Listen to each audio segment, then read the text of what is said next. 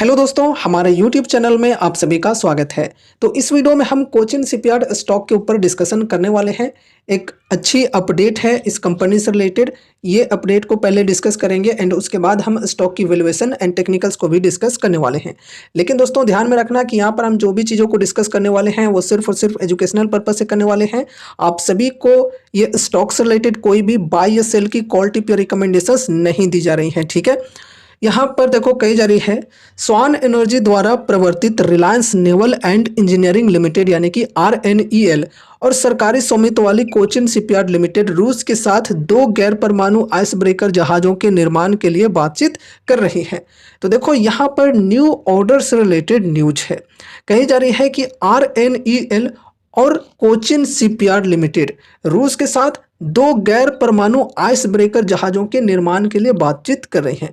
मतलब आगे चलकर ऐसे चांसेज हैं कि रूस के द्वारा RNEL और कोचिन शिपयार्ड को कुछ 2 गैर परमाणु यानी कि non nuclear ice breaker ships की मैन्युफैक्चरिंग के लिए ऑर्डर्स मिल सकते हैं, ठीक है। अभी इन चीज़ों को लेकर बातचीत हो रही है।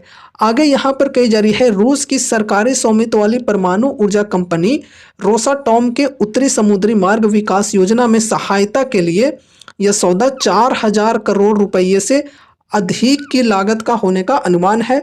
यह जानकारी कई सूत्रों ने दी।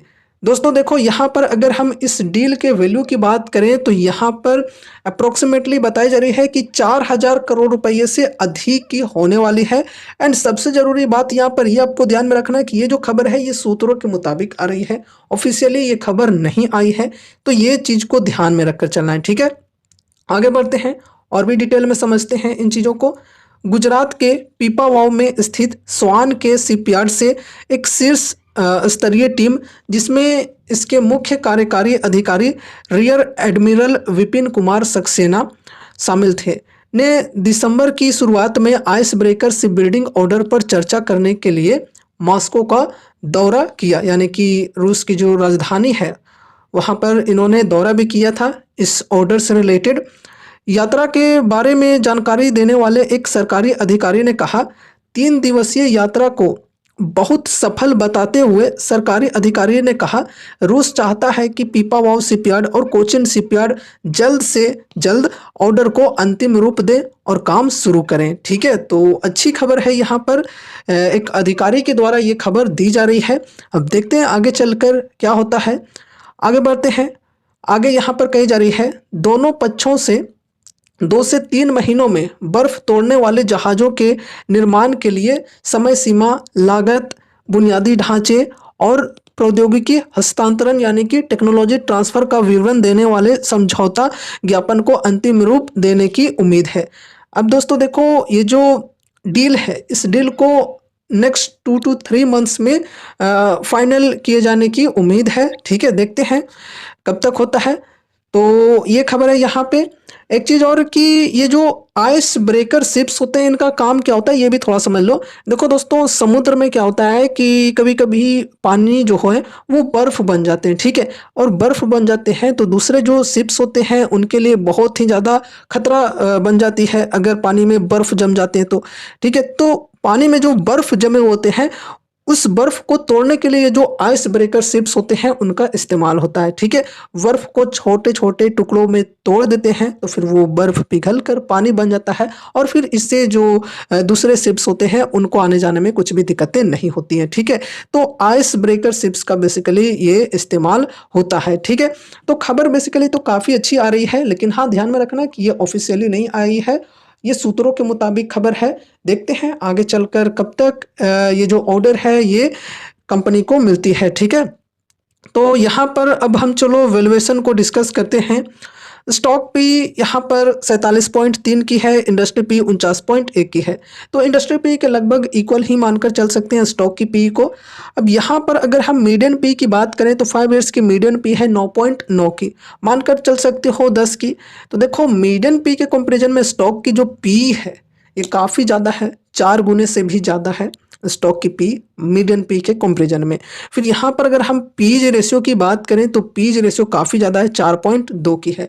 तो ओवरऑल वैल्यूएशन की हम बात करें तो वैल्यूएशन फिलहाल यहाँ पे एक्सपेंसिव है। अगर हम इनके पीयर्स के साथ कंपेयर करें, लाइक मज़गाओ डॉक के साथ कंपेयर करें अगर, तो पी रेशियो मज़गाओ डॉक की तकरीबन 35 की है, ठीक है। और यहाँ पर पीज रेशियो की बात करें तो तकरीबन 1.2 के अप्रोक्स है, ठीक है। तो P ratio and PEs ratio दोनों में मज़गाओ डॉक जो है ये ज़्यादा बेहतर है।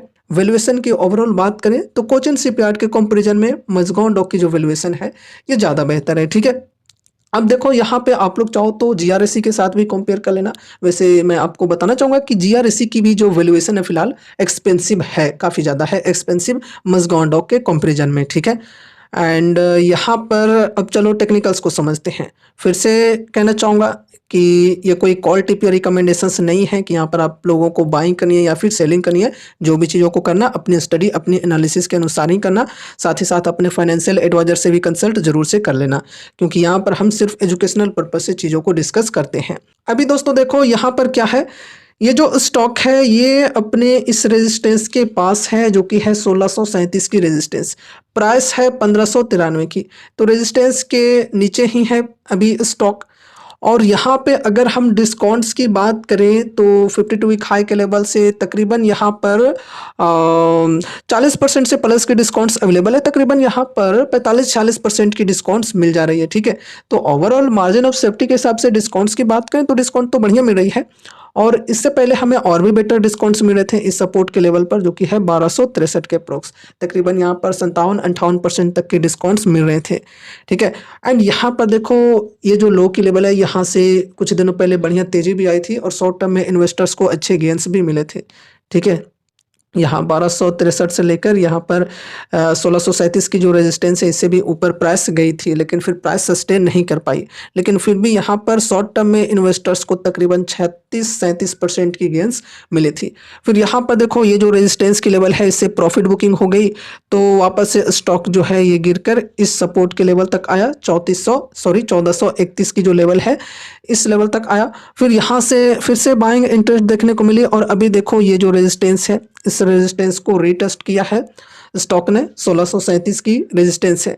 अब ये रेजिस्टेंस को अगर ब्रेकआउट मिल जाता है तो ठीक है, वरना प्रॉफिट बुकिंग अगर होती है स्टॉक में, एक मिनट में थोड़ा फिर से आपको समझाता हूँ क्लीन करके।